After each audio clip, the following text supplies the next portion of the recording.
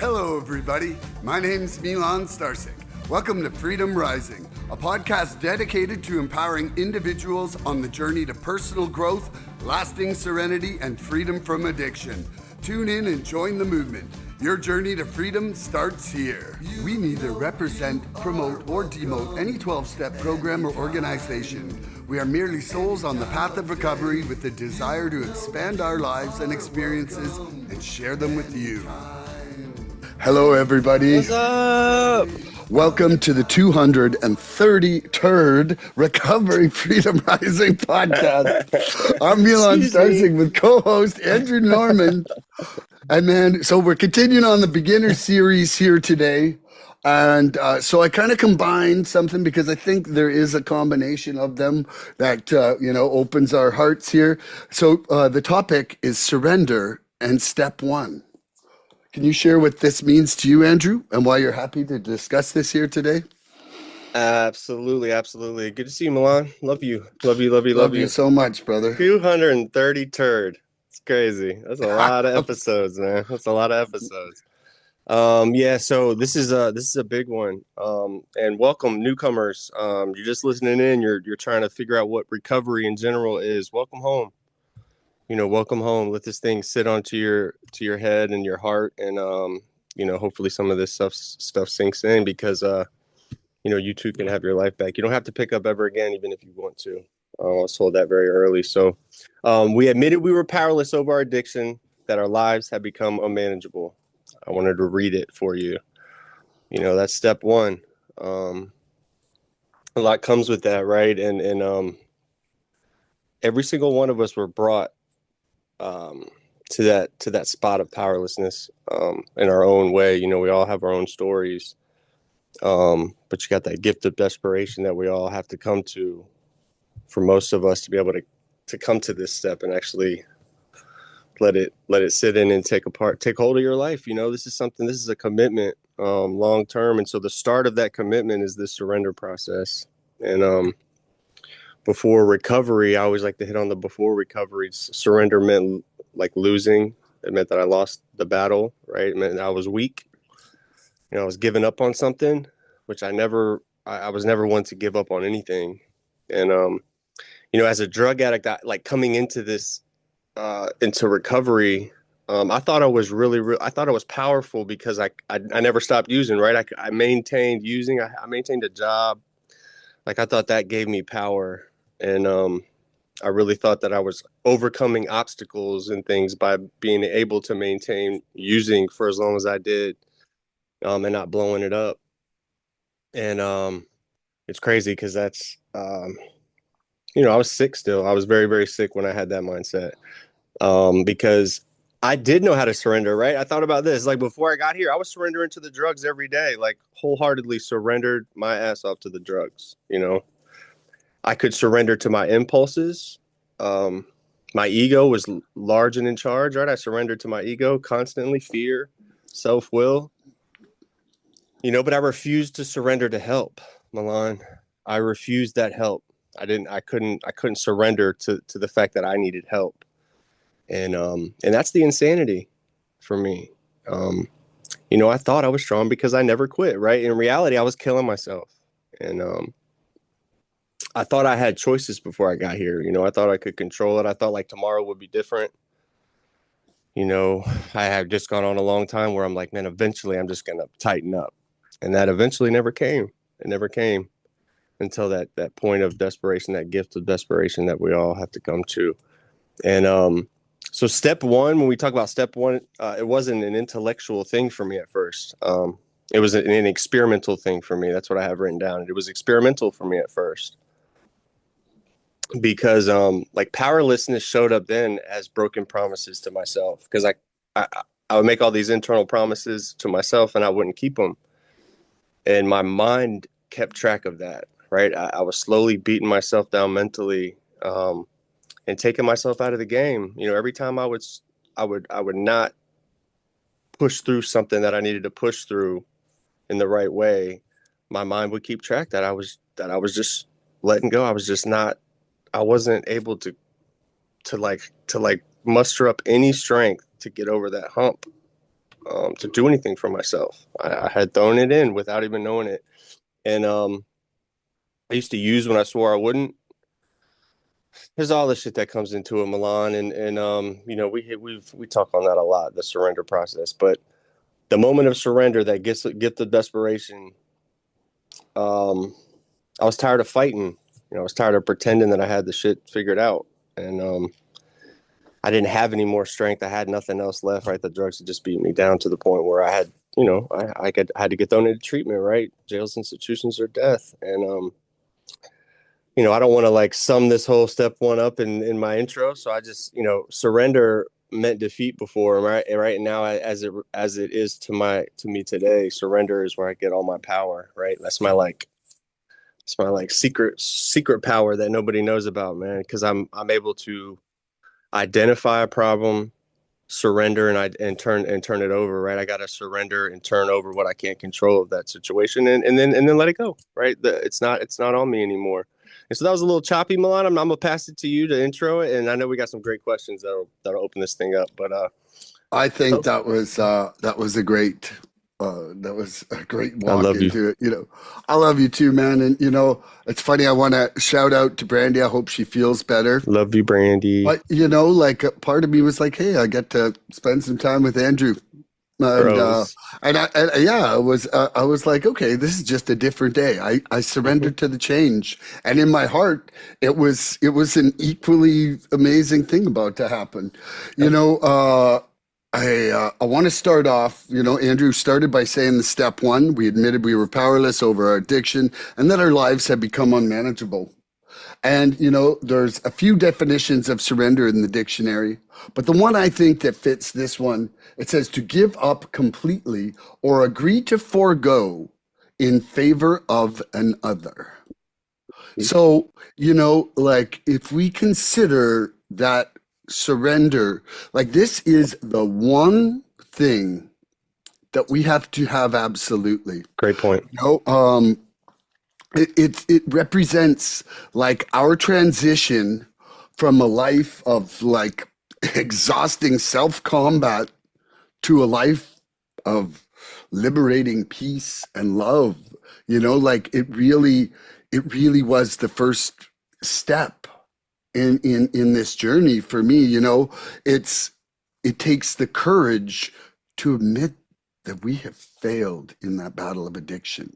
So much courage. We talked about this one time, damn near in tears, on a podcast, Encourage, about, I think it was about 13 months ago or something that was. Yeah. I think it was Yeah. like right around Christmas. And, to finally say that we lost, it took so much courage to step into that light, like that, and also humility, right? But and honesty, and like to do that not because we won, but because we're laying down the weapons. That weapon, Yeah. like our ego was just weaponized. Like, I got this, we can do this, don't worry. We were just pushing people away that didn't fit the reality of our failure. Like in such an extreme, like we're giving up, but what we're surrendering is the illusion of control. Like and then it opens us up to have, like, from illusion to the reality of actually receiving help. Yeah. It is our first step towards connection. you know for me, I'm getting goosebumps just talking about it, but that feeling of freedom in that surrender, that admission that I remember, like, I'm like, I don't know what it is, but it's finally over, and I don't know what to do here. Like, it just Yeah. literally opened my mind and gave me willingness, and that admission of defeat being our first and ultimate act of self-love. Yep. Like loving ourselves completely in step one allows us to really have a firm foundation to go forward on all the steps. Yeah. Because I'm just going to briefly touch on it, but when you don't see yourself as completely powerless against your addiction, you'll be holding on to a reservation, and those reservations will take you out. I Yep. know that they did for me so many times in my white knuckling period, you know? And Yeah. so I do this one full body yoga. I try to do it at least once a week. And I did it this morning. And this guy always says this one thing. And I realized today the actual meaning of it. And for it to come today, so it says, it's by Rumi. And it says, for joy, the raindrop joins the stream. Ooh. And so now dissect this with me for a second, but you know, it's like to surrender that individuality, that control over yourself and becoming part of Stream. and how that brings joy to that raindrop. I Mm. never thought about it, but it's like my connection in this program, my surrender in this program, my becoming part of has literally been the source of my joy. And that raindrop becomes the stream. Yeah. You But it's become so as the big as the raindrop stream. doesn't lose itself. It gains so much more than it ever It had. becomes the stream, bro. Yeah. That's Like wild. and just for that to have echoed in my head Mm. after that yoga and coming into this, I was like, man, I gotta share this because it just felt like this Thank you, profound God. thing where like, you know, dude, like we are greater being brothers than we are being apart. Yep. You know? Yep. And it's when in that point of desperation, and that point where we actually come out and admit that through that courageous act we talk about, when we finally admit that we're powerless over this thing, that's when that raindrop becomes part of the stream. That's right. That's exactly when it is. When we stop thinking that we are alone and fighting can just fly down the earth nowhere with nothing to land on. When we finally realize that it's not about us and we can admit that we're powerless, we can become part of that stream, bro. We can land. That's it. We come home. Yeah. Ooh, can we stop the podcast here? Quick and easy, just right to the point. That was a good intro. Okay, so I just want to make an announcement to everybody out there.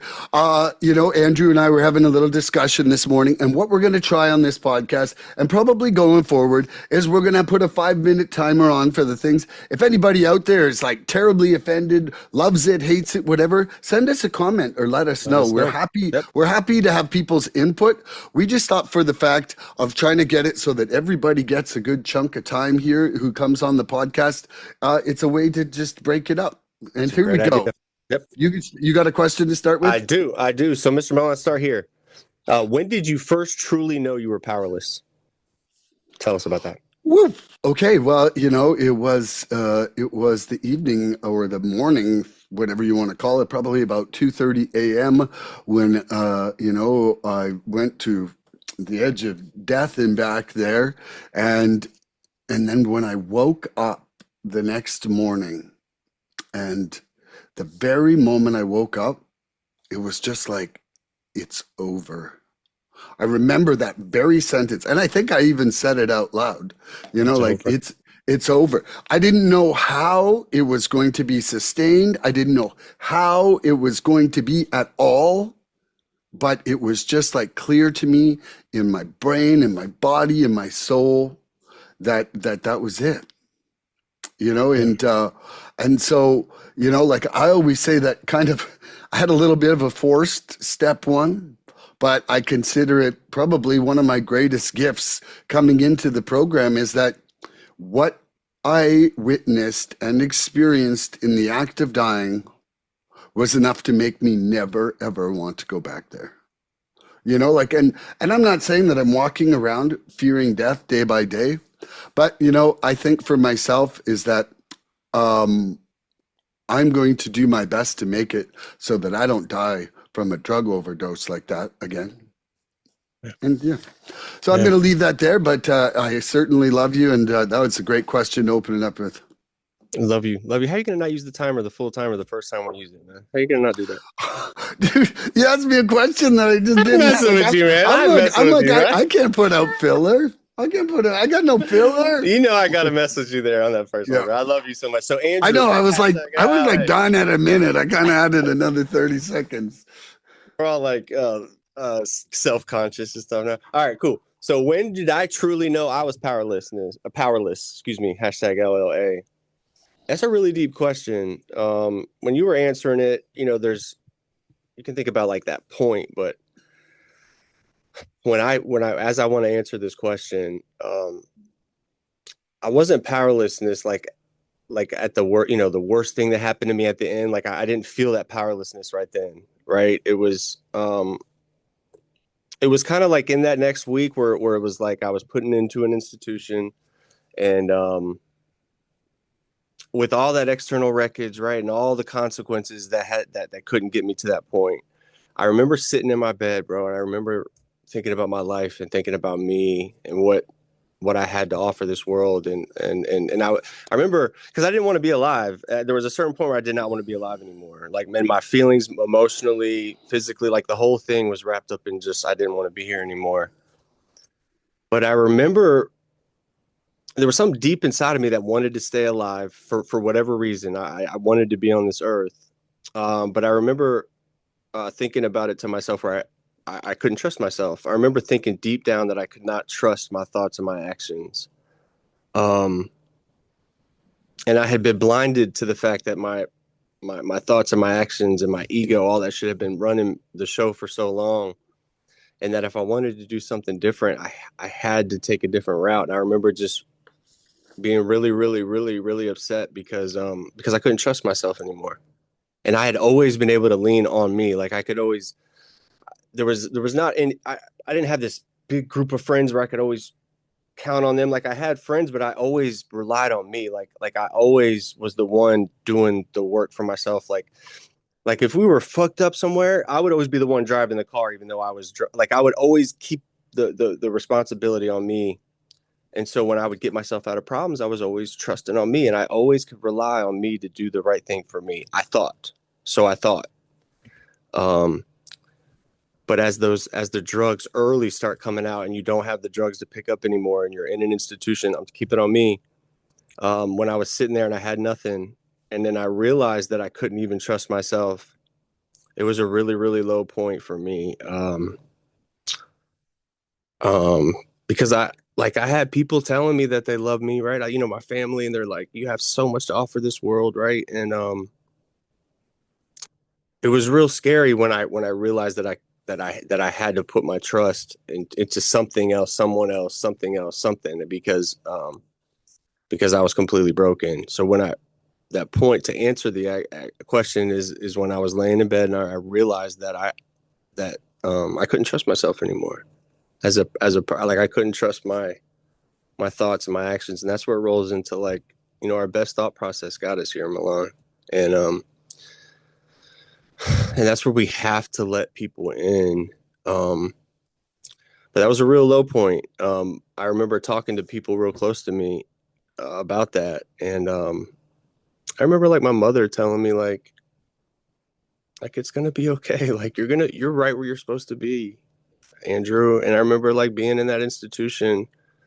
Um, Oh, and drug. I remember my mother taking money because I was in that facility and I had like one more paycheck that I was supposed to get paid, and she went. It was like $2,000, and she got it, and she actually went and paid like two of my drug dealers off, like paid money out of my check to my drug dealers, like met with them and gave them money that I owed them. Oh man, that doesn't have anything to do with the question, but that was all part of that. Was like I have to let people help me. I have to let something in, man. And I knew there was some kind of God. I knew there was something else going on in this world from a kid. Like I knew, but I had to let that entity in. I had to let something else in at that point.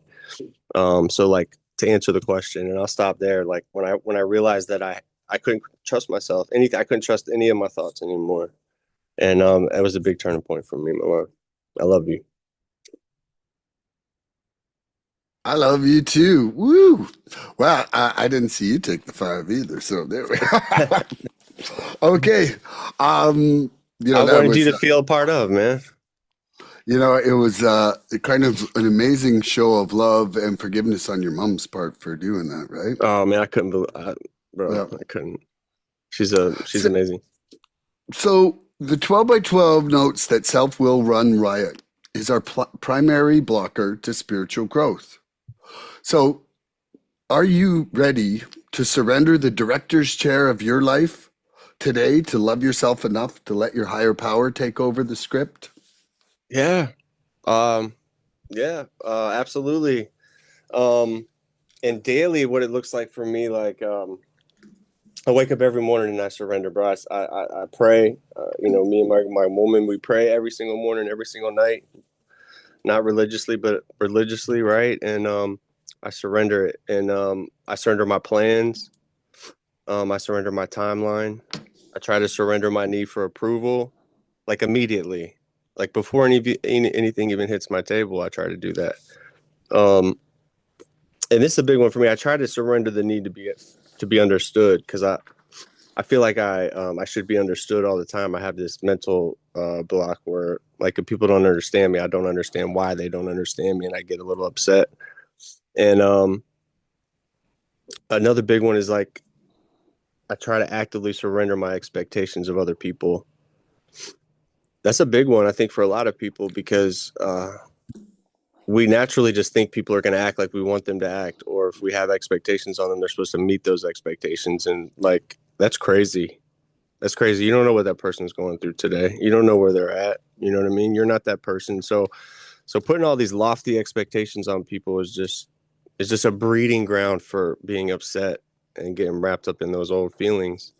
And if you're trying to work recovery, Milan, we don't have substances to put on those emotions anymore. So that can get a little tricky, right? And that's where our new support network comes in and actively going to these meetings and talking about our issues as they come up and not letting them fester and build up. And that's really important for us. It's why making meetings daily, trying to stay as active in my recovery as I was in my disease is something that I really really try to strive to do because it was a lot of time allotted towards drugs in my disease, a lot, right? And so I don't mind being in a lot of meetings. I don't mind being of service to a lot of meetings. I don't mind being available for other addicts because it's showing me I am working just as hard, if not harder, at my recovery as I am at my disease because it's my responsibility now, Milan. I'm not responsible for that shit I did before I got here, but it is absolutely my responsibility today.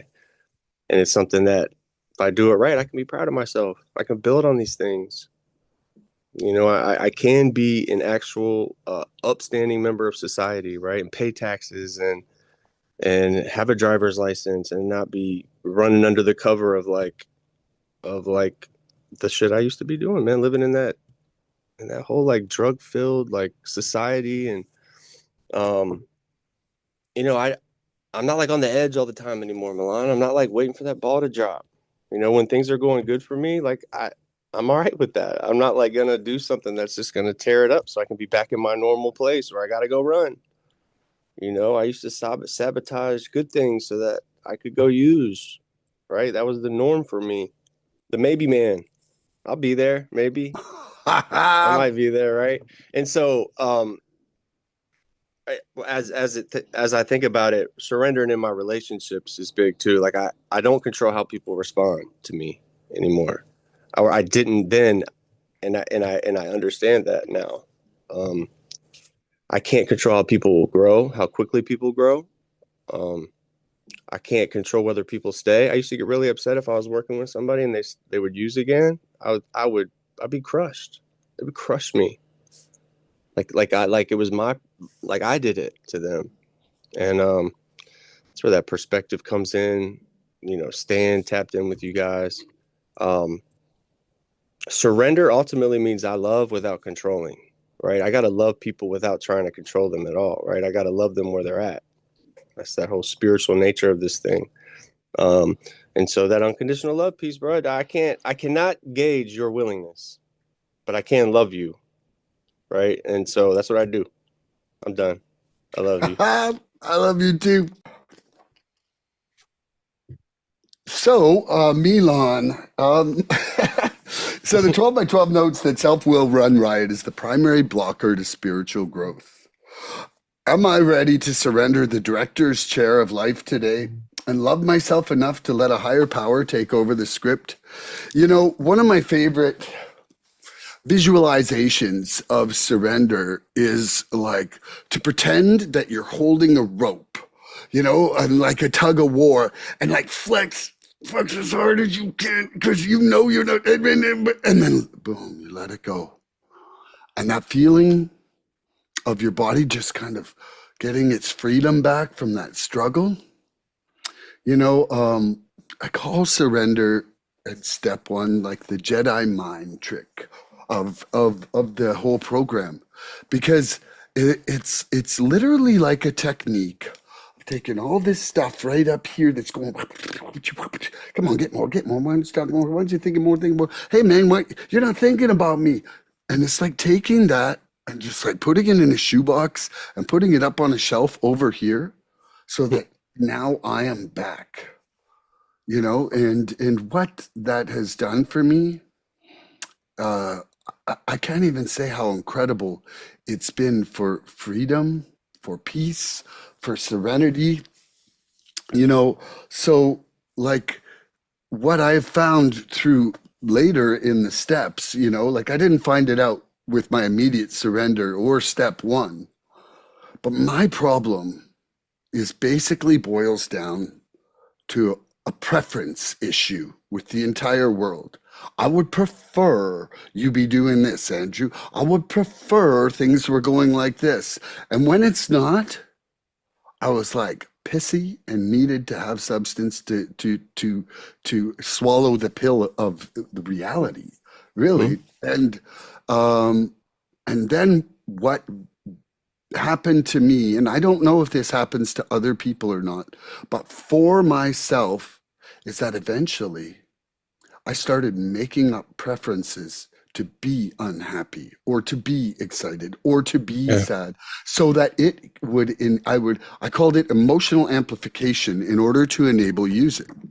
And I was literally just getting whatever was going on, blowing it out of proportion, and just so that I could use more.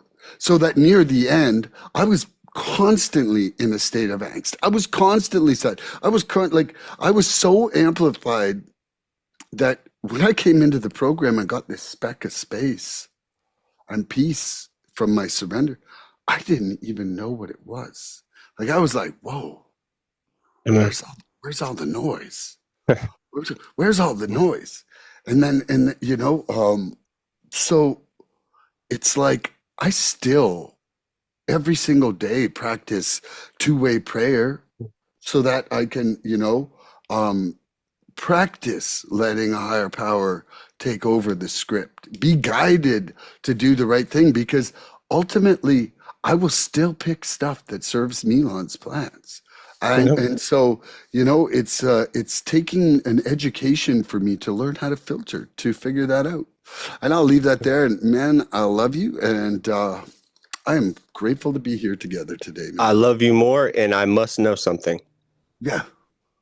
What does the manageability look like for you in your life today, Milan?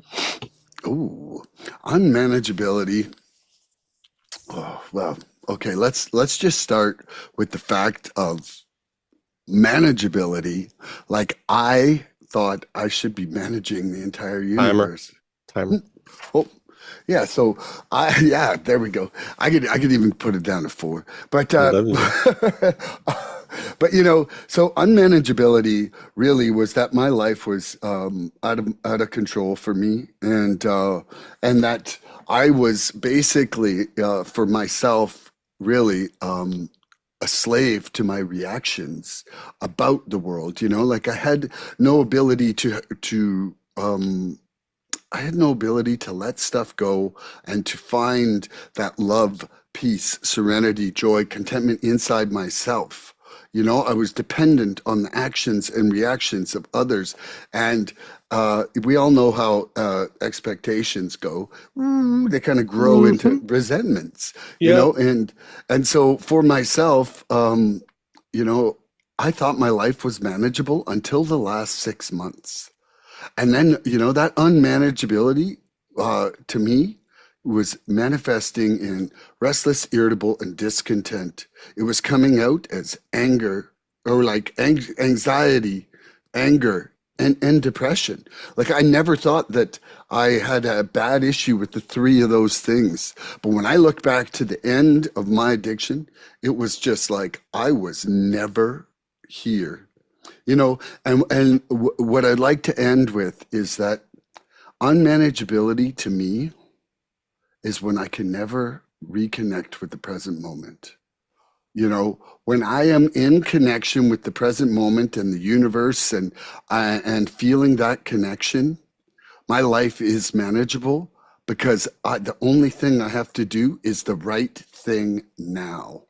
I don't have 500 things I have to plan because I'm not in control of people, places, or things.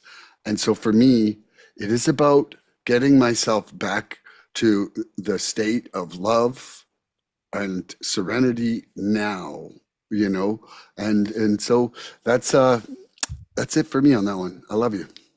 I love you more. I love you more. So, Andrew, what does unmanageability look like in my life today? This is a good one. Oh man, where do we start? I always have these poetic. I try to like wax poetic a lot, for the people. But like I could just come out and be like me running around late to work every day, driving like a complete idiot. Like that's my unmanageability today. Getting to work a little bit late, seeing a lady that might be in my seat who deserves to be in my seat because she only works once a week and she's an OG there, and I'm gonna get all upset and in my feels and want to walk out the place. That's what unmanageability looks like for me today. But like when I think about like when I first got into the rooms, that unmanageability piece was so obvious. Unmanageability was my middle name. Just have it on my forehead when I came in here. Like I was completely unmanageable. Like talk about chaos. It was all chaos. It was all destruction. It was just like unmanageability was my forte. And it meant I was like crisis mode all the time. And now as I think about it today, this is where like another layer of freedom comes in for me, Milan, is like that unmanageability piece is so much more subtle today. It's almost like because I got my ducks in a row, I've got like warning signs. I have these early anti-air missile defense system on the unmanageability piece. I've got things in line so that it doesn't get too bad, so I don't get all hairy like I used to be. But when I think about it, Milan, that's what makes it a little dangerous too. Like that the subtleness of the unmanageability today makes it more dangerous. And then how I think about that is because life on the outside today looks great for me. Like when you look at me, and I'm sure, and you can attest to this, like you probably like, man, that guy's got a good recovery. He's working on, he's got it going on. Right. Like I go to meetings, I show up, I handle my responsibilities. I'm dependable. I'm involved. I help people. I'm loving. Like I'm the cheerleader, bro. I'm the hype beast. I bring people back. I get people hyped up to come to these meetings and for recovery if they're in a position to hear it. Right. But like for me, when I get unmanageable, step one doesn't expire because my external life improved or like it looks good on the outside. So unmanageability for me shows up internally today first, right? Like that emotional unmanageability, like that restlessness that'll come up, that like that irritability, like I'll find myself like irritable and answering back to people not like I usually do. And so those are my unmanageability pieces today where I can find myself acting out of character today, which is great because that's not the unmanageability. Chaos is not my character today. So I can notice when I'm getting there, that subtle resentment I feel that I do not let grow. But it's not sirens and flashing lights anymore, which is cool. It's a slow internal tightening of my spirit and soul. Like it's where my like internal like pieces gets like I can't move as fluid as I did. Like it becomes part of my body, and it's just like really, really beautiful. It's part of this recovery process that has afforded me to be in a position to do that. Like I feel like people aliens, if you will, normal people, that's the way it happens for them, right? As things come across their table and it doesn't sit right with them, right? Their insides feel a certain kind of way, which triggers to the brain or whatever, man. We just do the right thing. Like most people just do the right thing.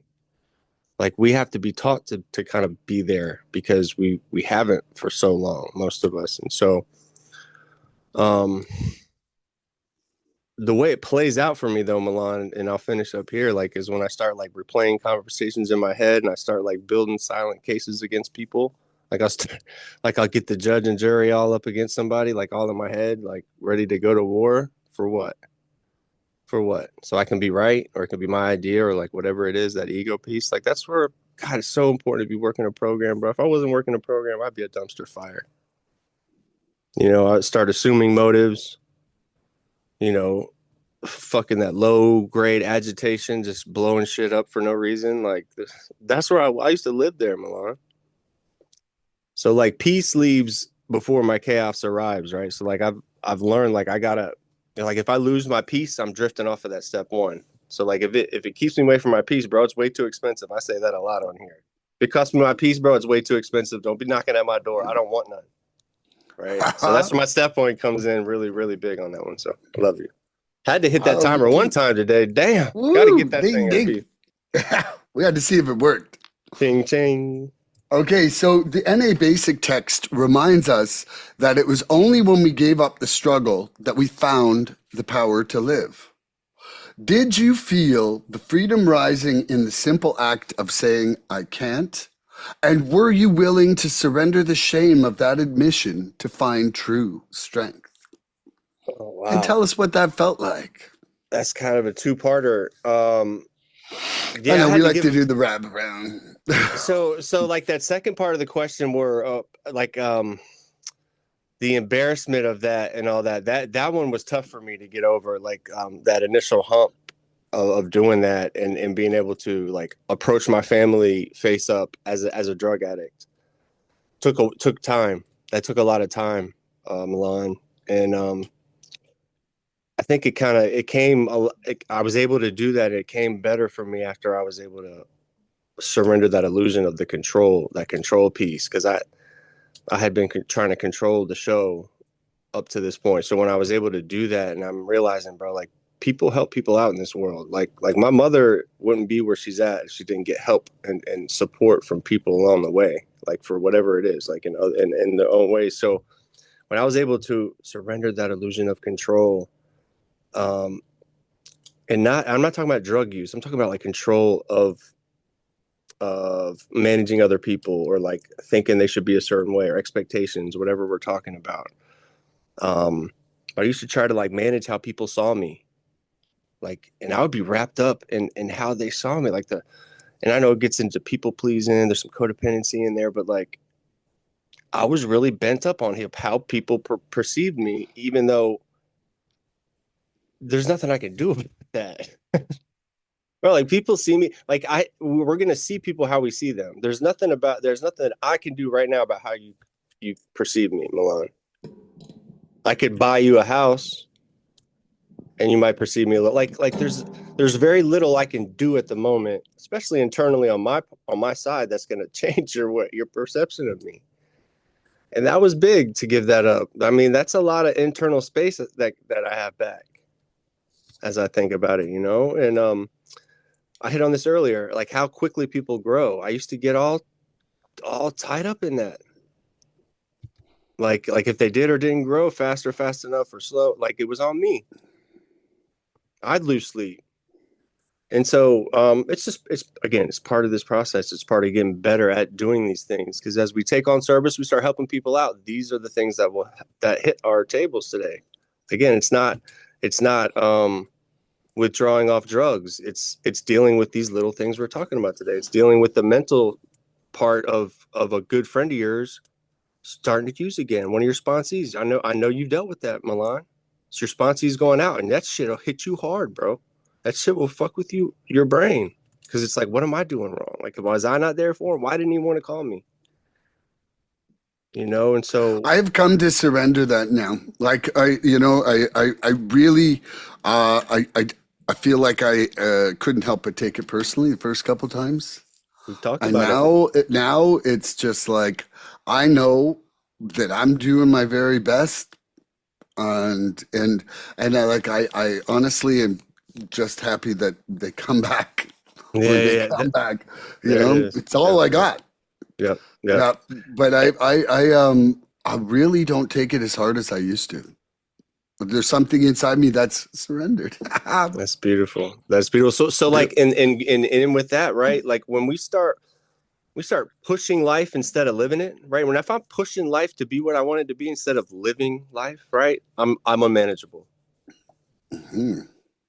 Like I like when I'm trying to will and push the natural order of things to go in line with this brain, that's when I'm unmanageable. Um, but again, that's where we had our support groups and shit. Because when we start doing that, man, people would be like, "Bro, stop! Like, what are you doing, man? You're acting like, what are you doing?" It's hard for us to call ourselves on our own bullshit. So, um, externally I might look productive, but internally I'll be ate up sometimes. That's where I gotta let that shit go. I gotta let it go. I gotta let it go. Um, Stay tapped in spiritually. I'm done. Love you. Woo! Okay, here we go. Milan. The NA basic text remind us that it was only when we gave up the struggle that we found the power to live. Yeah, and the other question there was talking about laying down the weapons there. Um, did I feel freedom rising in the simple act of saying I can't? And was I willing to surrender the shame of that admission to find true strength? Mm, At that point, that that that whole moment was absolutely freedom, and peace and space in a way that like somebody dunked underwater cherishes air when they get to pop their head up, or a man walking in the desert, like you give him a cap full of water. Like think of what, like I'll pour my water out, and that doesn't mean nothing to me. But to somebody without water, they'd be crying to watch that. mm, And, mm-hmm. and and that's and that was how powerful that space and freedom felt for me when I first showed up. And I wasn't embarrassed about it, but there was a period where it was where I didn't want to go to local meetings. I didn't want I Me didn't like, too. because I live in a small town, and my freaking face is on signs all over the highway. I wouldn't want to be known as the addict realtor around. And now I really, really don't care. Like here we are with this and my name all over. Like someone Googles me, they're coming up recovery as fast as realtor now. And Mm-hmm. so, And that we're besties. and that's right. Oh, yes, of course, they're going to see Sorry. that instant. They'll be like, why does Andrew? But they're going to be, is he a Definitely realtor too? besties, Yeah, but they're yeah, definitely besties in yeah. time. But yeah, like the shame took a little while, and I can honestly say that for the first 3 weeks, there was still the reservation about my mom dying till I went to that meeting that I spoke of before on this show, where a guy named Josh came in and his mom had just died of cancer, Yeah, man. and he talked about honoring her and how happy she was to pass, seeing him finally clean, and to Mm, me, I consider that a gift from my higher power to get rid of that reservation for me, because I amen. didn't even realize it was still there. But when I showed up and heard him speak, it just brought me right to tears. And I went up to him after and I was just like, thank you, brother. Like what you just did for me was show me that this can be done, something I believed undoable, and so there, there really is a strength and a freedom that just can't be described until you feel it in letting go. Like in my life, like I said earlier, preference caused me all my pain. And it's like what I didn't realize was that my perception that things had to be a certain way was destroying any chance of harmony coming into my life. Because, like that saying, like for joy, the raindrop enters the stream. It's like when I can become in harmony with the world around me, I have such a large body of beautiful energy just to embrace me. And when I'm just fighting that, I'm such an isolated little raindrop. Yeah, we don't like raindrops. We like storms that go into I do like lakes. raindrops because when it don't rain, things get dead. That's true. That's true. But I love you. Yeah, I love you more. I love you more. So, you ready for my question? Yes. Boom. Get deep. Well, not deep. I'm just, what are you still trying to control today, Milan? What you still trying to control? Let us in a little bit. I still find myself having preferences for the actions of others. Absolutely. Um, I find myself like, I find myself even having preferences for the expressions of others. I think that in Reset my that timer. actions. Timer reset. Yeah. All right, I'll put sorry, it down. bro. I'll put it down to 4 minutes. I didn't want you to get dinged on. Yeah. And I still find myself trying to, in my mind, wish for have a preference of different expressions of tone by people. I am trying to myself. I feel like I'm trying to create a loving environment. I'm trying to filter myself through this, Like in their response to you mean? That's what you mean? Like in their response to you? Like when somebody's really aggressive, really negative, like I find it, I have a hard time having acceptance sometimes. Okay. And that I have to look at as what's wrong inside me to not have acceptance and love inside those moments for those people, Quickly repeat the question for a second because my brain just went. What are you still trying to control? Yeah, and so, one of the things I find for sure is that inside my work life, like I still want to control my financial security, right? Um, and it's just like I just keep getting proven. Like literally, I was laughing with my wife about this the other day. It's like I am getting taught over and over how useless my worry is in life because I will have this like, whoa, super time crunch, super worried moment. And then it's like, boom, it works out. Boom, it works out. Boom, it works out. And it's just like, I am the one creating all the negativity by having a preference before, instead of just surrendering. And then it works out. And then my only feeling then would be joy. Because I don't foresee how things can work out sometimes. I will catastrophize and create anxiety. And I truly believe that that's praying for bad things to happen. Like one of the things that I'm learning now is like about the purity of thought, right? Like what we allow to dwell in our mind is literally what we're manifesting in the reality around us. And so in my manifestation, I'm trying to be more careful about my thoughts. And, part of that is learning to laugh at myself. Because when I am like ridiculously negatively catastrophizing things, what could I expect but that to happen? Beautiful. That's a beautiful answer, man. I love you so much. I love you too. Really, really funny, quick thing. Remember, I don't know how long ago, 6 months ago or something, when I came in here, I was in a lot of pain because my toe. Remember, I ripped the big. So it finally came off last night. I woke up this morning and it was off. Wise toe. Do you feel dumber or smarter, or did you put it in a box? Make a necklace out of it. So I don't know yet. I don't know yet. I need some ideas because it's just sitting there, and I know I've got it in a safe place. I mean, I've got it. Try eating it. I know my right foot feels a lot lighter. I know that. That's one thing I do know. Maybe you should try jumping. Get in a jumping contest. I just hope I'm as wise as I was before I had that. I mean, because I've lived with that toenail for a long time, bro. I think you should carry it with you in your pocket, like a fob. Just have it on my shoulder. Just like, it's real big. My wise toe. What's up, guys? You like talking to me. Anyways, I'm sorry. You should have put the timer on. So that I should have taken out of the Oh time. no! I love that. So am I answering the question? Yeah, you got to ask yourself. Oh, I don't Ask want to anymore. yourself. What am I still trying to control? Hashtag LLA. I'm still trying to control where I'm going to put my wise toe as I continue my day. Anyways, this is actually an uncomfortable question for me, Milan, a little bit. And I almost didn't ask it. But that's not how we roll.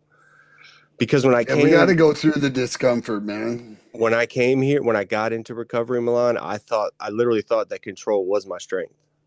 I thought that I was strong because I could always like push through. I could always like force outcomes. I could always manipulate those situations, out talk somebody, out slicky boy somebody. I thought that control piece was my strength, and it kind of was in my disease, right? It was, my ability to outwork problems, outthink people, out manipulate, talk over, whatever I had to do. I was a savage. But what I've learned in recovery, bro, is this: my addiction was not about substances, bro. My addiction is not about. I don't have a drug problem. Yes, I was using drugs and it became a drug problem. But this disease of addiction is not about the drugs. It is literally about control for me. That's what this whole thing is in a nutshell. Is me trying to control. I've got to let go of that control. And even clean, that instinct does not like disappear overnight or like ever really. I feel like that instinct to control is always going to be there, but it's how I act on that instinct or don't act on that instinct, or how I use it to my benefit in a healthy way on my side of the street of whatever problem that I'm up against on that day, like whatever that, big or small. Right, as long as I'm controlling my side and owning my part, and I'm not hurting anybody while I'm doing it, I'm gonna be all right. And I still try to control the perception that people see of me. This is a big thing for me. I still try to control how people see me. Like I want to be respected, right? Deep down, like I want to be understood. I feel like I try to I try to talk myself through things so that people can understand me. And if they don't understand me, it's like internally it messes with me. I always want to feel valued. I think people naturally want to feel valued. I always want to be seen as a strong person, Milan. Somebody who's growing. I always want to be seen as somebody who's spiritual, right? And obviously that doesn't happen. There's people that don't like it. We're not going to get along with everybody. We're not everybody's cup of tea. It's just certain people don't like certain people. I don't care how much you try to make a relationship. It's not going to work with some people. It just doesn't work. We're not going to like everybody. Not everyone's going to like us. It's life, right? And so all those things I just mentioned, that's like subtle ego, right? And so when I start like if I start trying to manage how I appear to you instead of focusing on who I actually am, bro, that's self-will operating 100%. Like my self-will has taken over at that point. If I'm trying to do something on the front end of like how you feel, I've got a problem. And I just have to be me. I have to be focused on being me and being comfortable for me. And so like if I'll catch myself replaying situations like did I sound all right when I said that? Like did they misunderstand me? Should I have like said something differently? And that's control, Milan. That's subtle control. And it's just taking up space, taking up time. It's just trying to add chaos to a life that is trying to get rid of chaos. I'm trying to do the anti of chaos, right? I'm trying to get rid of it. So it's just my disease, right? So it's a little layer of my disease just trying to play on me, right? Because if my disease can pop in from 3 or 4 different angles, bro, it might think I can maybe go back to this mental space where we're using might be an option. And my disease is always going to play on that. Always. 35 years, my sponsor still playing on him, right? So I got to stay on top of this thing. This podcast and shit is a layer to my recovery. We're working our recovery right now. Nobody is making us be here. This is time that we're doing out of our busy schedules as grown ass individuals to be better, so that we're not out thinking of control somewhere, doing something that we're not supposed to. This is keeping us out of that. And I don't know, man. I always want to control the narrative, but the more I get rid of that space and I let the narrative happen, the happier everybody is, it seems, myself included. Right when I just let this shit go, you just sit back and go, wow, I didn't even have to do anything, and it was great. It's like you just gotta let it go, man. Let go and let God, bro. Love you. I'm done. Love you too. Okay, I got another great one here for you. We often waste years asking why we are addicts instead of how we can get free. Are you willing to surrender your demand for an explanation in exchange for the gift of a solution that actually works? Yeah, great question. Yeah, it's again, this is all a work in progress, but it is an absolute yes. Like, I catch myself, trying to control outcomes in relationships, service, work, my personal growth, um, because as an addict, my mentality is like I want immediate clarity, um, like I want immediate healing. Because when I was when I was a drug addict for 20 plus years, bro, like when I used a drug, I got immediate relief. Like when I did that drug, I got a certain, when I did X, I was going to get Y. When I did F, I'm going to get Z. When I get this, I'm going to get that. And so when I'm not using and I'm going through life and I'm dealing with other people and I'm dealing with other outcomes and trying to not control those situations, I don't have something to put on those. Like it's just me, my thoughts. It's how I act to other people. And I don't have like a button to switch it up. I don't have the drug button to switch it up. I'm not in coming here loose because I've been using all night and day. Like it's completely different. I'm lucid. Finally, I've been lucid for a while coming in. I'm going to be lucid on the way out. So I got to act the way I want to. And I got to try to be consistent. I got to be consistent. If I want people to take me seriously, I got to be consistent. But when I try to and growth is gradual, Milan. But I've learned like growth is gradual, and when I try to rush an outcome, I only create anxiety for myself. That's why I say trust the process. And I heard this like fear, and because control is just really fear in disguise. I heard that a while back too. Control is just fear in disguise, and so when I do trust the process, when I can adhere to that and trust the process, I feel calm. Even when I don't know what's going on, if I can just lean in to trust the process, I can breathe. When I try to force that process, that's when I get tense. And it's cool, man. I can feel my emotions. I can feel my feelings today, man. I actually got enough sleep last night, so I know that like if I'm having a problem with something, I got to revisit it because I'm not hungry, I'm not angry, I'm not lonely, I'm not tired. There's my halt. And if I am, I got to address one of those four. And usually the rest plays itself out. And so, yeah, I'm done. I don't need to run on for days. Woo! I love that. There was some real kind of beauty and poetry almost in there, Love you, dude. bro. So we often waste years asking why we are addicts instead of how we can get free. It makes me think of the pity party and everything involved with that. Am I willing to surrender my demand for an explanation in exchange for the gift of a solution that actually works?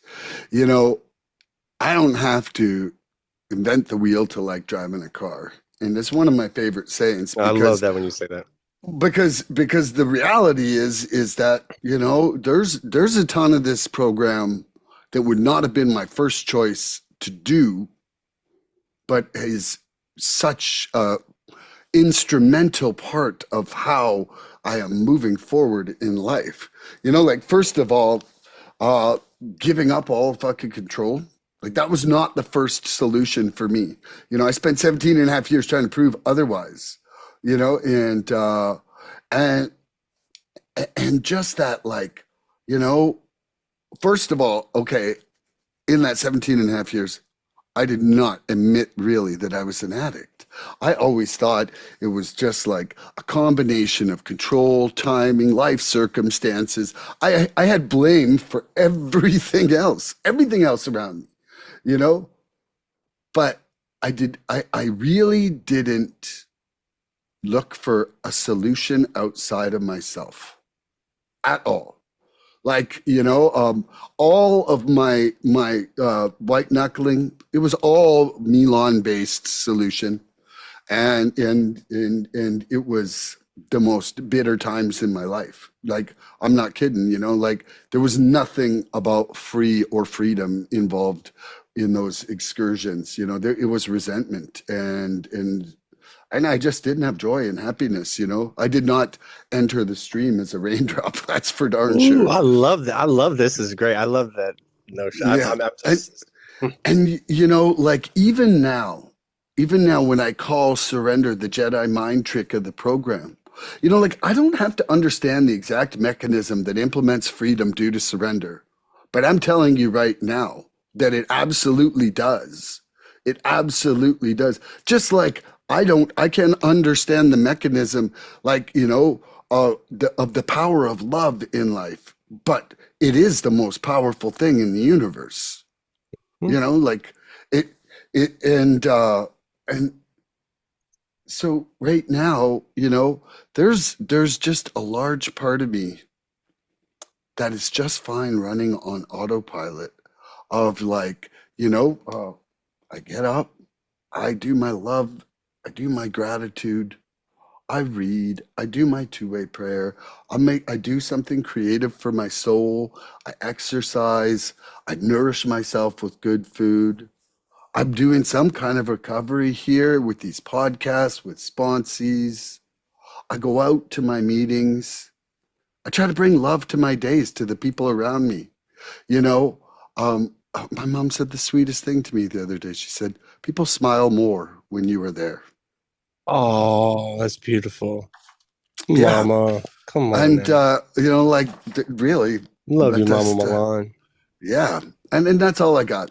But I love you a lot. Mm, Ooh, that's all I mm-mm. got, but I love you a lot. That was Mama Milan dropping a heart drop. That was a heart drop. Yeah. Boom, dropping a heart. So I got a question for you though. Yeah. How do you know when you've left step one? Ooh. If for me, the noise starts coming back. Like I really think for myself, it's like I can easily make a connection between when I start getting itchy, bitchy, twitchy, restless, irritable, discontent. Those things are me not surrendering. And to anybody who's new and out there, right? You admitted that you're powerless over your addiction and your life was unmanageable. Now, that is a surrender of your addiction. And I just want to point out that it starts with that because without putting down the substance, you'll never connect to the world around you.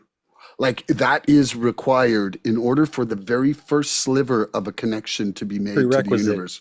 Yeah, but quickly by step 3, you're learning that you have a lot more to surrender than just addiction, and that most of your unhappiness and most of your addictive use was caused by the other preferences in your life. And so what Andrew's question leads me to feel like is that when when am I not surrendering the things I need to maintain my emotional sobriety, which, comes very shortly after my addiction sobriety. And so I now, there was a lady on a meeting that I was on about a year and a half ago, and I loved how she put it. She said, I use my emotions as signposts, as Hmm. pointing to where my recovery needs to go. And so for myself, I also can see like, what am I off about? What am I not surrendering? What are my preferences? How am I not loving in this situation? So yeah, like I really think that it bears looking at for me, what preference do I have? expectation am I creating? What do I want that I'm not getting, or what am I afraid of getting taken away in my life? And also, just like, how am I not reacting in a loving manner? Because that is very important to me these days. It's beautiful, man. I love that answer. I love you. I love you too. I love you, man. So I'm gonna ask myself, how do I know when I've left step one? I thought that was kind of a good little question there. Um, I don't wake up and say to myself like I reject powerlessness today. It doesn't You happen like don't? that. Not every day. No, it's a quieter thing for me, right? I thought you It's were like powerless when you it's came like like Tarzan into the room. boom. When I stop reaching out, right? Like not because I'm mad, because I'm like, but not because I'm rebelling, but because I think I've got it. I've got this thing in the bag. Like, you know, as a person, we're gonna all hit things throughout the day that come up, and some things are gonna be easy, some things are gonna be hard for us to tackle, and I have to always remind myself that help is good, right? Like, there are people in our lives that are put there for a reason. I feel like God puts everybody in our lives for a reason. And so if somebody's good at something, they want to help you out. Like I have to let the help happen. I have to let people help me. Right. Because again, my best critical thinking process, my best thought process to get me out of this thing got me here. So I've got to change it up. I've got to let people in. I got to let people help me. Um, when I stop calling my sponsor, I stop sharing honestly in meetings, when I start trying to edit what I'm going to say to sound good to your ears, I've left step one for me. Um, because step one is always going to remind me I can't do this alone. Cannot do this alone. The minute I try to start doing it alone, I'm in trouble. But I've got warning signs, right? Um, I have thought about this, like this. The minute I'm like sitting in these meetings, I think I know better. When I start like mentally correcting people in meetings and in life too, just at work. That's where these meetings get us ready for life because we gotta. If we act errantly in these meetings, we can. It's like a buffer zone. We can act errantly, and people kind of call us out. We got traditions and stuff like that. But if we do it in a work setting, you could get fired. You could go to jail, right? If we act on our thoughts here, like in the world, we could be in big trouble. And then we're not trying to just work a program. We're trying to fight for our lives at that point. And it can get real. It can get that. It can get there quick, Milan. I've seen it. I've seen it happen. People with years clean. Something happens at work.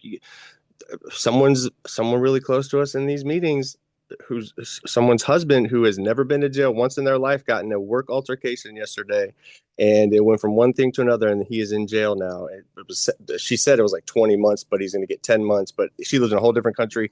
It's wild, but like it can get there quick. And she's freaking out. She's like, I'm here home alone, and he's in jail. I got two young boys that know that their father is a great man. He's never been in trouble once. Wild, man. So again, if I don't go to meetings, I don't hear these stories.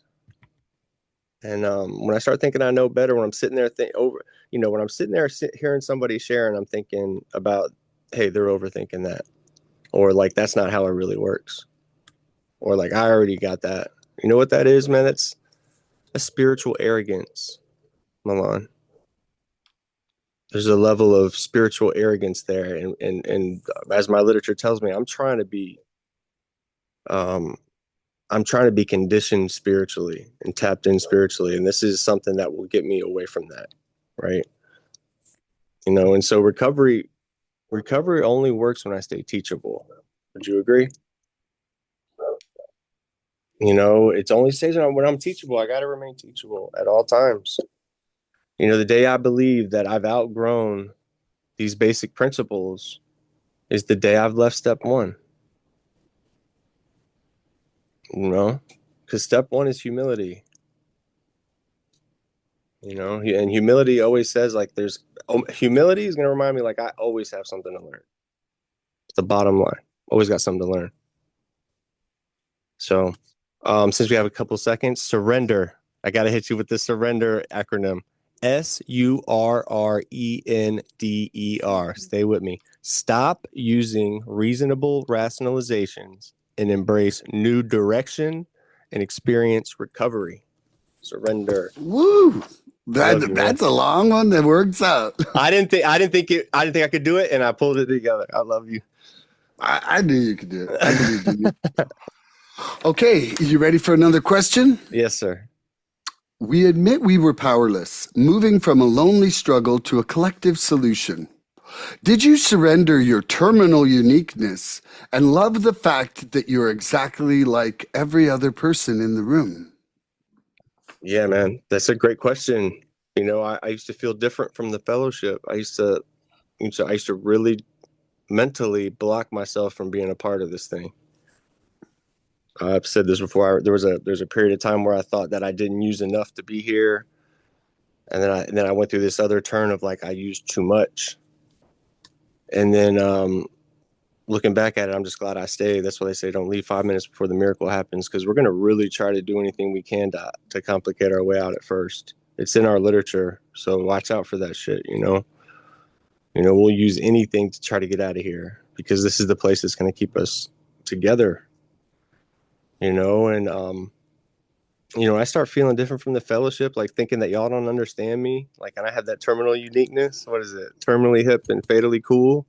Bro, I've got problems. I start thinking my situation is different than y'all's. I used to think that a lot. Like, no one here can get what I'm dealing with. And little did I know, like y'all know exactly what I'm dealing with. The moment I came out and was like, bro, my name is Andrew, I'm an addict. Y'all know my secrets. Y'all already know what's going on with me. But again, internally, from a newcomer's perspective, it takes time to get that, to really live that way, because it's true. Like, and we don't want anything. Nobody wants anything out of you here. We just want your ass in that seat because you paid a lot of pain. You went through a lot of pain, a lot of struggles to have your name on that seat. And then the fact that you actually found the seat and are sitting in that seat right now, that's a miracle, dude. It's an absolute miracle. And so we need those people. We need those people. And so I'm glad we're doing this like beginner series, bro. This is really cool. I was telling my mom about it. She's like, that's a great idea. And like all this other stuff. It's really cool. It's really cool what we're doing. Dude, I'm telling you, it's one of the things that came through in the whole like two-way prayer. It was like about being of service. And it was like that my higher power was telling me we needed to reconnect with the entry. The primary purpose. We got primary purpose here. Carry that message to the addict, right? Addiction isolates and recovery connects. All right. We're working on the anti at this point. Like step one unites us. Yeah. And we are powerless. We are powerless together, and that makes us so strong. There's where we become that stream. Yeah. So we become the stream, bro. Together as a powerless unit, we are so fucking powerful. So when I drift like into like the me versus them, and like I'm an ego, I'm out of step one. But I love living in step one, bro. I love you. I love you too. Whew, man, I just got kind of a crazy message. Like my sponsor had a couple mini strokes, and I guess that she not last night, the night before, had a major one, and her left side's immobilized. I'll be cold. Oh no, I'm so sorry. I'm so sorry to hear crazy. that, brother. Say a prayer for it real quick. So we admit we were powerless, moving from a lonely struggle to a collective solution. Did I surrender my terminal uniqueness and love the fact that I'm exactly like every other person in the room? The terminal uniqueness was something that that really was it kept me from ever considering that anybody would be able to understand what was going on inside me and the struggles that I had. And, it was down to the point where I was like, nobody uses this exact combination of this drug and alcohol in the exact same way as me and is ever going to understand how I'm feeling when I'm trying to get straight. I remember, man, my soapbox for that was huge. Like, it was literally like, get me a pulpit and I'll tell you why you can't fix me, and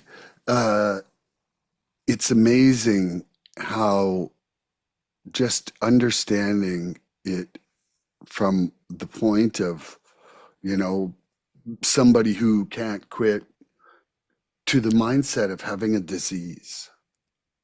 And that mindset of having a disease, it changes almost even every single way that, that you can talk about it.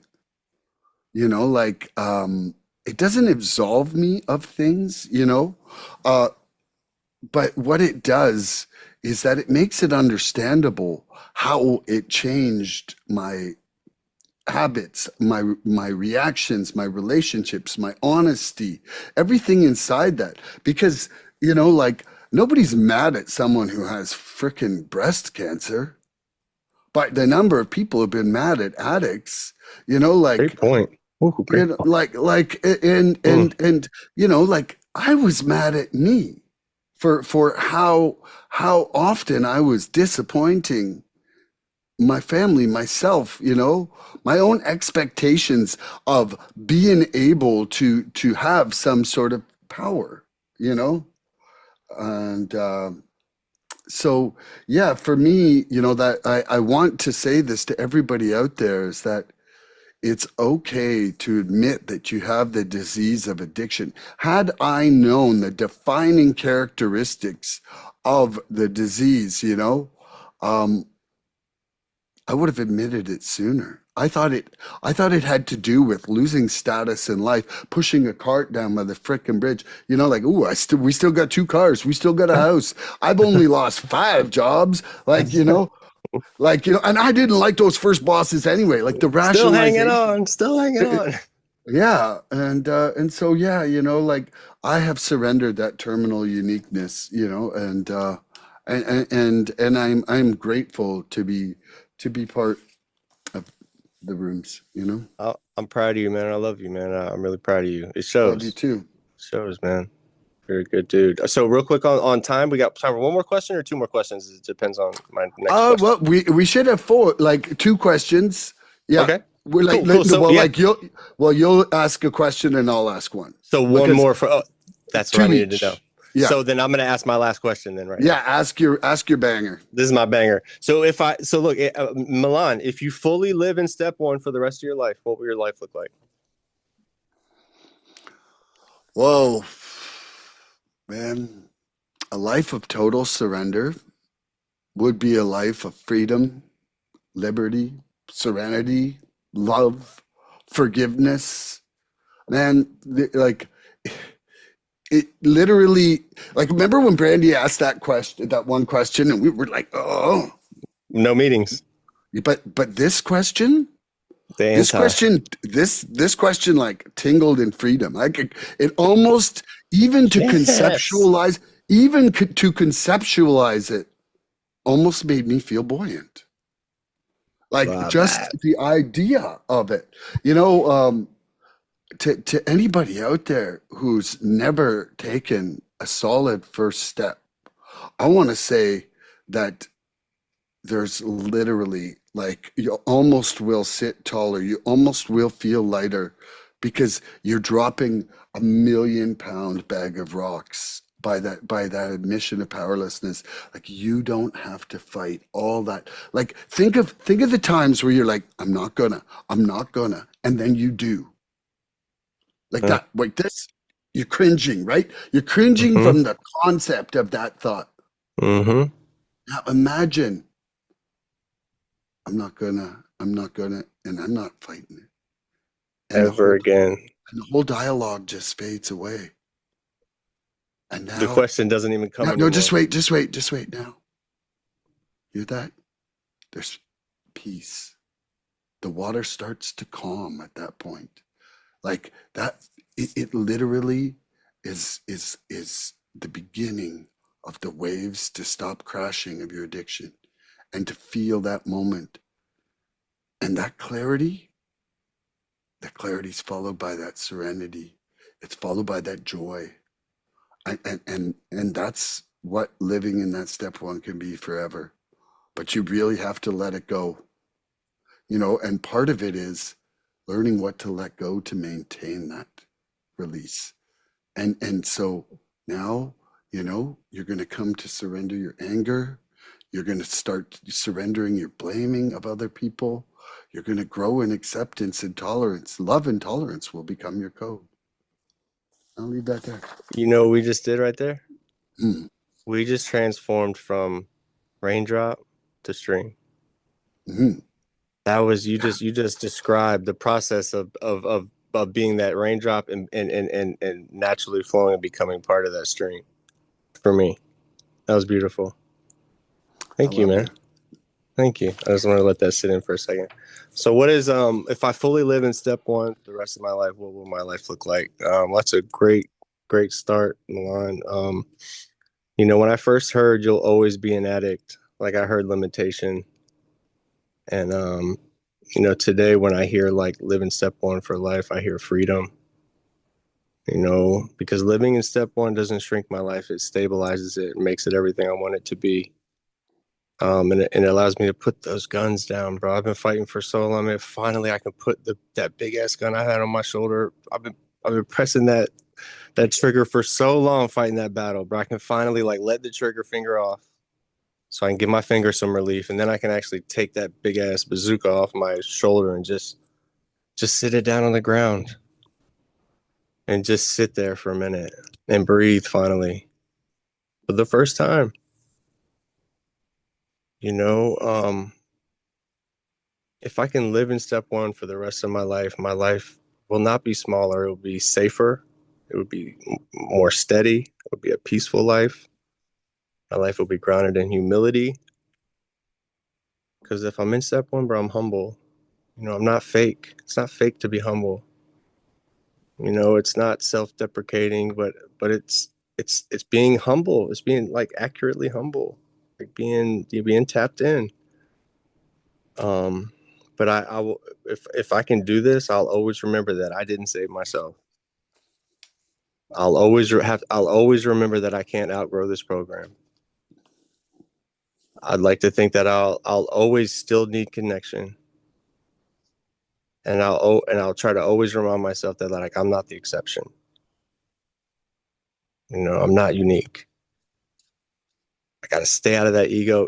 Isolates me, and humility connects me to the people of this world, like the people I want to be connected to. And if I can live in step one, I will stay teachable for the rest of my life. I will never arrive. I'm never gonna have this thing figured out. I'm not gonna ever become like this spiritually arrogant asshole. Like I'm never gonna be that person if I can live there in step one. And I won't look down on newcomers and other people because they don't have what I think they should have, or have what I have, or they're not acting the way I think they should act. I won't look down on people ever. I'll never think I'm going to master something because things require practice daily. And I'm never going to get rid of my disease, but I don't want to die because of it. I want to die with it. It's a big difference.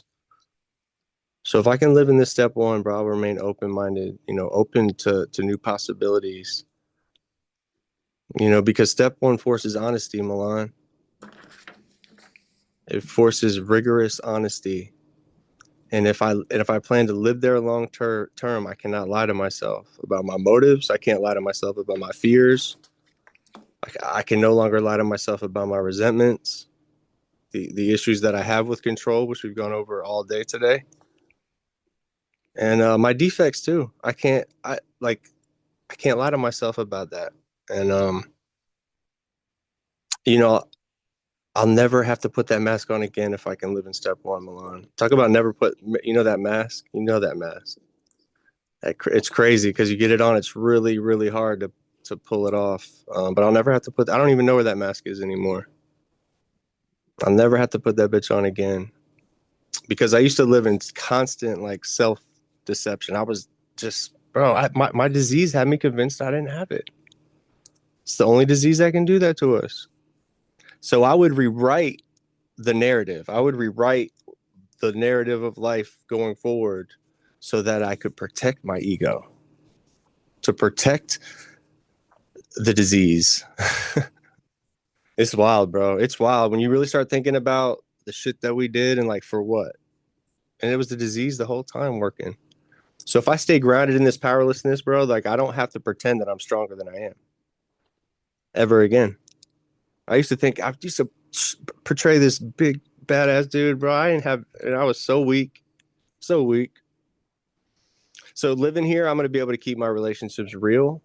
You know, my relationships with my sponsor real, the fellowship, the people that I love, and most importantly, the relationship with myself. I can keep that real. I'm not gonna lie to myself anymore, and that's freedom for me today. I love you, love you, love you, love you, dude. I love you so much, brother. Okay, Andrew, the big book describes the hit bottom or the bottomless pit that finally forces us to look up. Can you look back at your darkest moment and love it for the perspective it gave you, surrendering the past to embrace your new life? Yeah, man. My rock bottom. I mean, we've talked about my rock bottom, but that gift of desperation. I mean, I was at the point where I couldn't even really, I couldn't really talk at that point, and I had to be essentially rescued. I couldn't formulate sentences. I couldn't really. I couldn't hardly breathe. And so you gotta. For me, they had to be burned down, bro. Like I had to burn this thing all the way to the ground to be able to start rebuilding my person as a man, right? And so it's cool because like I'm 41 years old, and I'm coming up on 4 years clean, and I built for what 30 years I was building this man. I was building to become this dude that I thought I wanted to be. Working all these hours, working all these jobs, getting all this, going to school and all that stuff. And and in less than 4 years, I've become the man that I wanted to be. In less than four, clean. Like talk about lost possibilities and like new dreams awaken. Like if you get clean, like we are, Brandy says it all the time. I love you, Brandy. I wish you were here, but we're magical motherfuckers, dude. I have never met a more resourceful individual, like a recovering addict with some clean times, got a sponsor, working some steps, and it has got this thing and has got some zest for this thing, bro. You are not going to win that race. You're not going to get that job over that person. You will lose. That person will beat you at whatever y'all are trying to do if you're going up against that person. And I've seen it. I'm one of them. So you can get your life back. You know what I mean? And part of giving your life back is giving up control over like all these things that you thought you had control over. And it starts right here, man. It starts at home. It's your heart. You know what I mean? You gotta start loving yourself enough to like put that shit down and maybe allow God or the universe, whatever, unconditional love, whatever you want to call that thing, that could be a little bit bigger than you and everybody walking around you, because there's going to be times where, you sign up for this thing long term, you're going to be alone in your bed and nobody's going to be there to answer the phone, and you're going to have to turn to some kind of higher power. The beginning of that process of having a relationship with that thing is this step one that we're talking about today, and admitting that we're powerless over this disease, and that our lives are unmanageable, right? We need some help. I love you, man. You're my guy. Love you so much. I love you too, brother. Um, you know, it's funny because, I'll start the timer here because I wanted to say something, but it'll roll right into my answer. Come on, bro. Okay, so the big book describes hitting the bottom or the bottomless pit that forces us to look up. Can I look back at my darkest moment and love it for the perspective it gave me, surrendering the past to embrace my new life? One of the things that Andrew touched on, and I just want to start on it before I forget because my memory sucks. He was talking about not just getting his life back, but for me, it's like this program and hitting that rock bottom and seeing that contrast to like no life to things changing. It's really shown me what life is really worth living for. Like and the life I had before, like I was still a child. Like I was still a child, and I was struggling. I was always struggling. I was struggling against things instead of being part of things. You know, I was trapped in expectations instead of appreciations. You know, I was cut off from the sunlight of the spirit because I was disconnected from this present moment in every aspect that I could. I spent more time planning out success than ever appreciating success in the moment. You know, like some of like the moments that I should have like been like massive celebrations in my life were just like, okay, well, I'll be happy then. I'll be happy then. And like it was such a disconnection from the entire universe. Like, you know, but it took that moment of me passing on to finally say that what I was doing wasn't working. Like I had 50 different delusions and excuses. But at that moment, you just can't lie about dying. Like there was no cover up of that powerlessness. Like and I'm so grateful for that. Because I swear, like, you know, Andrew talks about being such a slicky boy that he could sell ketchup popsicles to a lady in white gloves and then sell her, what a year. I'd sell her one for the other hand. Yes, sir. But the thing is that, man, there just comes a point. Like, okay, you waking up, crashing your car, having convulsions. You can't fake that is normal or okay, or that you were in control of yourself at that point. You know, like it takes these massive pivotal things. And to be honest, you know, like one of the things, I mean, I've damaged my memory, but I still have a photographic memory enough that if I close my eyes, I can get back to the brink of death. Just like that. Like I don't have to rewind a tape. I'm like a skip. I'm like right there. Heaven's Band? Nope, there ain't no band. They took away my guitar. I heard. Damn, I thought. Yeah.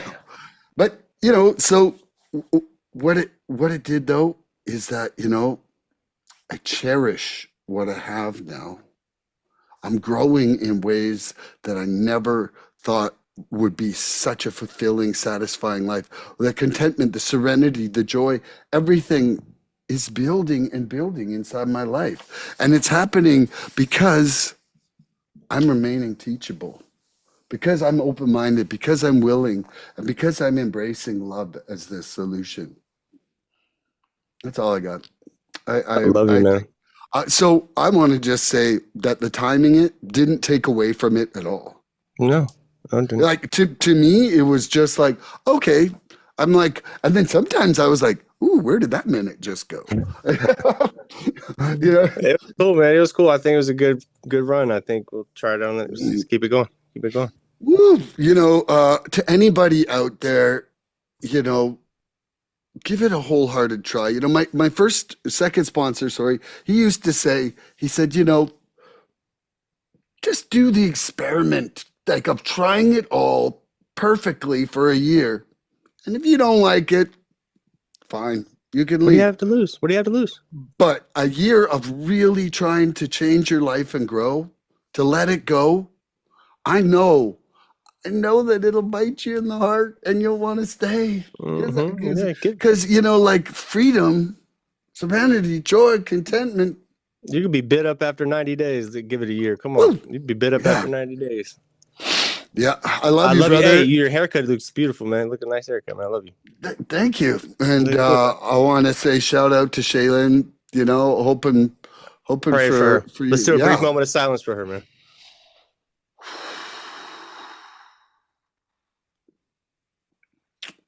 Okay, I love you. Yeah, man. Tune in next episode for more recovery fun. Bye, guys. Bye-bye. Please help us help others. If you like what you've seen here today, please subscribe and share this podcast and help us get to 100 followers. We're looking for interaction with our audience. So please email recoveryfreedomrising@gmail.com or contact Milan South Okanagan Starcic on Facebook with questions, topic suggestions, or just comments.